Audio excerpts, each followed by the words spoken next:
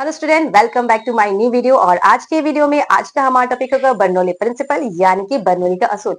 Bernoulli principal जानने से पहले हम कॉन्सेंट्रेट करेंगे दो वर्ड्स में जो कि इस टॉपिक का मेन फंडामेंटल वर्ड्स होगा। और वो दो वर्ड्स है हाई प्रेशर और लो प्रेशर, यानी कि ज्यादा दबाव का एरिया और कम दबाव का एरिया। तो ज्यादा दबाव का एरिया उस वक्त क्रिएट होता है जब वहां पर हवा बहुत ज्यादा भरे हो और वहां पर हवा बहुत ज्यादा फोर्स लगा रही, यानी कि वहां पर हवा हाई प्रेशर क्रिएट कर रही है। और लो प्रेशर मीन्स जहां पर हवा कम है और वहां पर हवा क्या करी, कम ताकत लगा रही है और वहां पर लो प्रेशर क्रिएट करी। और हवा हमेशा हाई प्रेशर से लो प्रेशर की तरफ पुल होती है, राइट। नाउ बर्नौली प्रिंसिपल हमें क्या कहता है? बर्नौली प्रिंसिपल हमें कहता है कि जब हवा बहुत तेज रफ्तार से चल रही है तो वहां पर लो प्रेशर क्रिएट करेगा। और जब हवा आस्ते चल रही है, लो वेलोसिटी से चल रही है, आस्ते आस्ते चल रही है, तो वहां पर हवा हाई प्रेशर क्रिएट करेगा। ओके, यहां तक समझ में आया। नाउ अब हम लोग मूव करेंगे डेफिनेशन पे कि बर्नौली प्रिंसिपल क्या कहता है with example. Bernoulli principle says, Bernoulli principle हमें कहता है दैट एयर और एनी फ्लूइड, यहाँ पर फ्लूइड वर्ड का यूज हुआ। बर्नौली प्रिंसिपल हवा और पानी के साथ, दोनों के साथ एप्लीकेबल है। Okay, so that air moves faster, जब हवा तेज चलती, बहुत ज्यादा तेज, इट क्रिएट्स लो प्रेशर, वहां पर क्या हो रहा है, हवा लो प्रेशर क्रिएट करती है।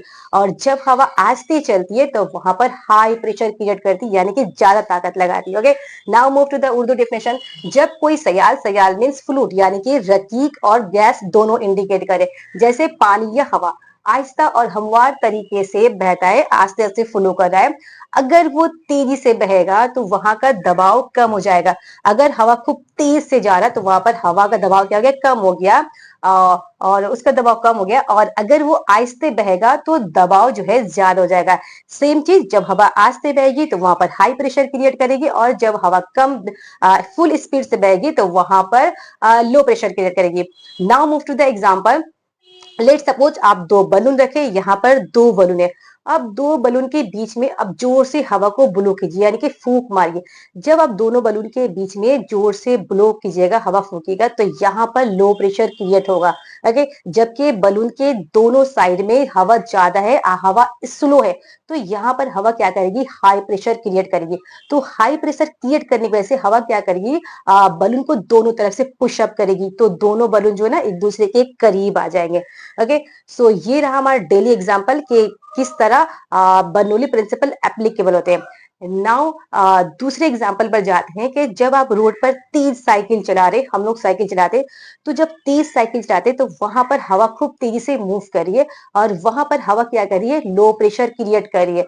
ओके, जब वहां से एक और तेज मूव साइकिल आती है, तो जब दोनों सामने आती तो हम लोग क्या करते हैं, साइकिल की स्पीड को कम कर देते। जब साइकिल की स्पीड को कम करते हैं तो दोनों के बीच में क्या हो रहा है, हाई प्रेशर क्रिएट हो रहा है। ओके, तो ये हाई प्रेशर क्या रहा है, साइकिल के दोनों को पीछे की तरफ पुशअप करता है और दोनों एक दूसरे से धक्का लगने से बच जाते हैं। अगर साइकिल तेज रफ्तार से चलाई जाए, यहां से भी फुल स्पीड के साथ और यहां से भी तेज रफ्तार से आए, तो दोनों के बीच में क्या हो रहा है, लो प्रेशर क्रिएट हो रहा है। लो प्रेशर क्रिएट होने की वजह से साइकिल के दोनों तरफ क्या है, हाई प्रेशर क्रिएट हो रहा है। तो ये हाई प्रेशर क्या करेगा, दोनों साइकिल को, दोनों एक दूसरे को क्लोज धक्का मार देगा, जिससे एक्सीडेंट का भी हादसा हो सकता है। तो जब भी इसीलिए हम लोग डेली लाइफ में जब भी दो व्हीकल्स आमने सामने आते हैं तेज रफ्तार से चलकर, तो दोनों क्या करते हैं, अपनी स्पीड को या फिर वेलोसिटी को क्या करते हैं, आस्ते कर देते, कम कर देते, ताकि दोनों के बीच में हाई प्रेशर क्रिएट हो और दोनों जो है ना धक्का लगने से बच सके, दोनों दूसरी तरफ मूव हो जाए। ओके, इसे हम लोग दूसरे एग्जाम्पल से भी समझ सकते हैं, जो कि एग्जाम में हमेशा क्वेश्चन आते रहते कि जब तूफान आती है तो तूफान में किसी भी मकान का जो कि झोपड़ी का बना हुआ वो हवा में क्यों उड़ जाता है। तो यहाँ पर भी बर्नौली का प्रिंसिपल अप्लाई हो रहा है। जब तूफान तेज रफ्तार से चलकर आती है, हवा तेज रफ्तार से चल के आती है, तो वहां पर ऊपर में क्या होता है, लो प्रेशर क्रिएट होता है, जबकि मकान के नीचे हवा क्या हो रही है, आस्ते है, ऊपर की बारिश बात, यहाँ पर वेलोसिटी क्या है, आहिस्ते।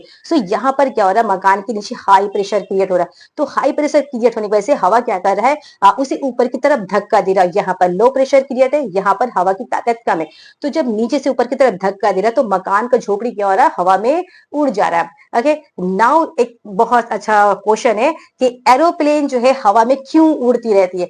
तो यहाँ पर जो एरोप्लेन का विंग्स है ना, उसी प्रिंसिपल के बेस्ड पर बनाया जाता है। ये एरोप्लेन का विंग्स है जो एरोप्लेन का डायना होता है। तो विंग्स को इस प्रिंसिपल पर बनाया जा रहा है कि विंग्स का जो नीचे है ये एकदम स्ट्रेट लाइन होता है और यहाँ पर जो है ये कर्व लाइन पर होती है। तो जब एरोप्लेन जब फुल स्पीड में चलती है तो यहाँ पर हवा क्या हो रहा है, हवा को इस तरह ऊपर में ज्यादा डिस्टेंस कवर करना पड़ा, ओके। जबकि नीचे में क्या हो रहा है, हवा को कम डिस्टेंस कवर करना पड़ रहा है, राइट। यहाँ पर हवा को कम डिस्टेंस कवर करना पड़ा, जबकि ऊपर से जब हवा जा रही है तो ज्यादा डिस्टेंस कवर करना पड़ा। तो डिस्टेंस जब ज्यादा हो जाएगा तो हमारा वेलोसिटी क्या हो रहा है, velocity equal to distance by time, यानी कि जब डिस्टेंस ज्यादा हो रहा है तो वहां पर हमारा वेलोसिटी क्या हो रहा है, बढ़ जा रहा है। लेकिन तो यहाँ पर वेलोसिटी क्या है, हवा का बढ़ गया है। लेकिन जब यहाँ पर हवा जो है कम डिस्टेंस कवर करी, तो जब कम डिस्टेंस कवर करेगी तो वेलोसिटी भी क्या हो जाएगी, कम हो जाएगी।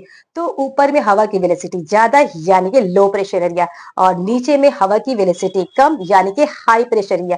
तो हवा क्या करेगी, एरोप्लेन को ऊपर की तरफ धक्का देगी, क्योंकि यहाँ पर जो है हाई प्रेशर क्रिएट हो रहा है। तो ये क्या करेगी, प्लेन को ऊपर की तरफ धक्का देगी, जिससे एरोप्लेन आराम से ऊपर की तरफ उड़ जाता है। तो ये रहा हमारा Bernoulli equation, Bernoulli principle with example, जो कि हमारे डेली लाइफ में यूज होते रहते हैं। ना keep learning with me, till now, bye bye.